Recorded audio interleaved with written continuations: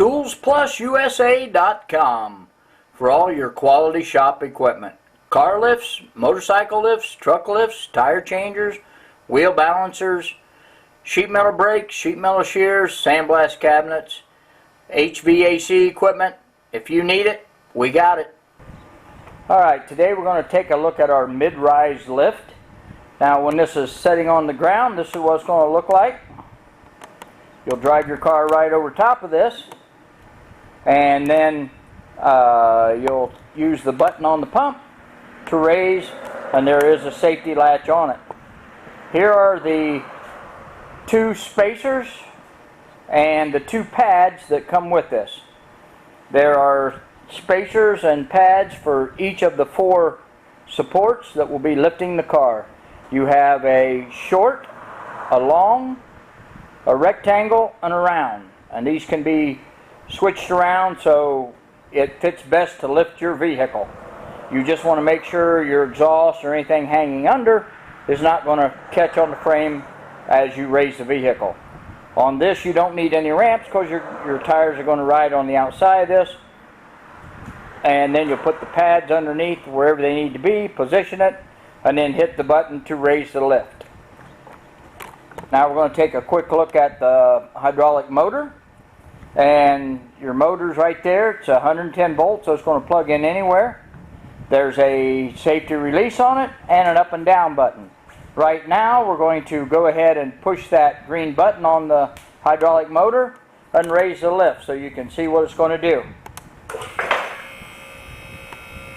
With your car on there, it's not going to lift quite as fast as that. And it uses dual lifting cylinders.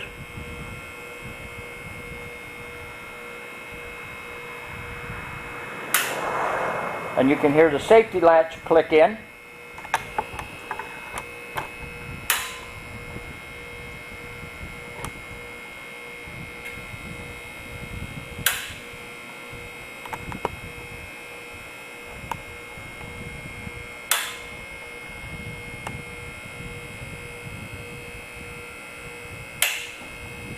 You can hear the safety latch and it clicks right in. We'll take a closer look at that in a minute. Alright, that's all the way up. That's going to be plenty of height to remove your wheels, tires, do brake jobs, and that kind of thing.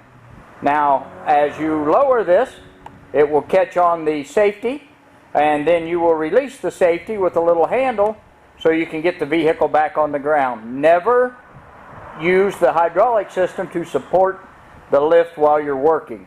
Always have it on the safety catch. Now we can see the lift is all the way up, and you can see the safety catch. There's a little paw that catches on there. As it raises, you'll hear it click as it passes each one of those, and then you'll lower it to catch on whichever one you need for the proper height. And then to release that, there's a lever over here, and you will pull that lever, and that will release the paw, and then that will allow you to lower the lift.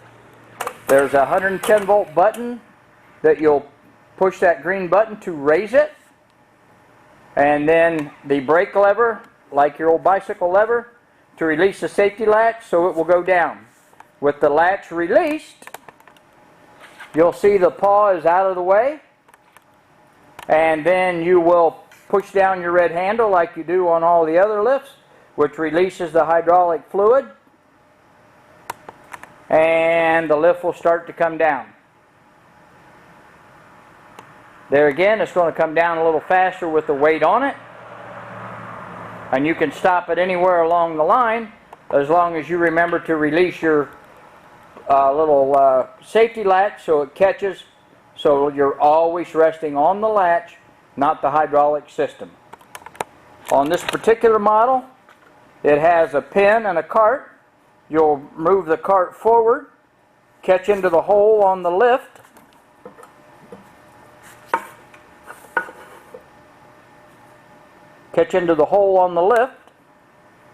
and then you will tilt it back to raise the front, and then this will roll frontwards or backwards, depending upon where you need it at in your particular shop.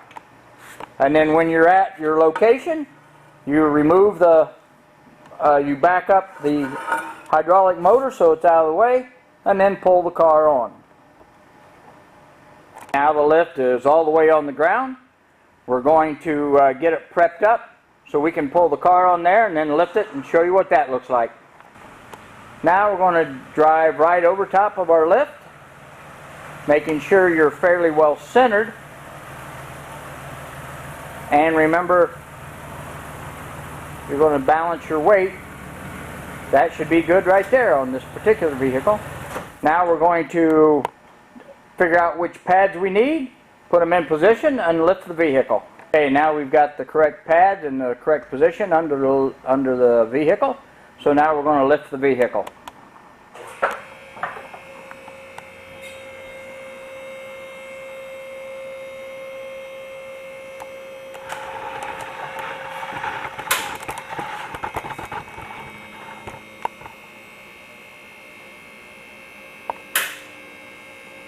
You can hear the safety catch. And be sure you don't run your vehicle into your door. Get it up to the height you need. Always go to the lowest working height that you need.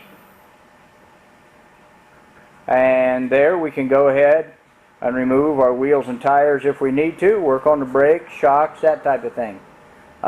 This lift will go much higher than that, but for right now we're just going to show you this. Now under here you can see where we have our lifting pad right under the perch for the spring, and you can see there's a safety bolt to keep you from taking the support out too far so it doesn't come off. And make sure you clear your exhaust or anything you may have hanging underneath. And there's the pad on the front. It's under a frame under the front, under your unibody, and in the back it's under the spring perch. Every vehicle will be a little different, and like I say, make sure that you clear any exhaust or frame that you may have hanging underneath there. The catalytic converter is a little close on this, but it's not bad, and this would be a perfect working height for brakes, wheels, tires, that sort of thing. Quick in and out. This particular lift is great for a home user where you may not have the ceiling height or the floor space for a 2-post or a 4-post lift. Alright, here's as high as we can go because it's about ready to hit the garage door. But you can see this is plenty of height for doing almost all your automotive repairs. You can also duck underneath there a little bit and do an oil change, filter change, that type of thing. So mid-rise lift might be a good choice depending on your ceiling height and floor space. And the nice thing about this lift is you can collapse it to the ground and just drive over it every day. You don't have to raise it, and then when you need to use it, you can lift it up. A lot of times we'll put a piece of plywood across the top of it to make an adjustable height work table. Makes it really nice if you're welding up something. Now we're going to go ahead and lower the lift. We're going to raise it up off of the safety a little bit, and then release the safety catch and push the handle on the lift, on the motor, and let the lift down.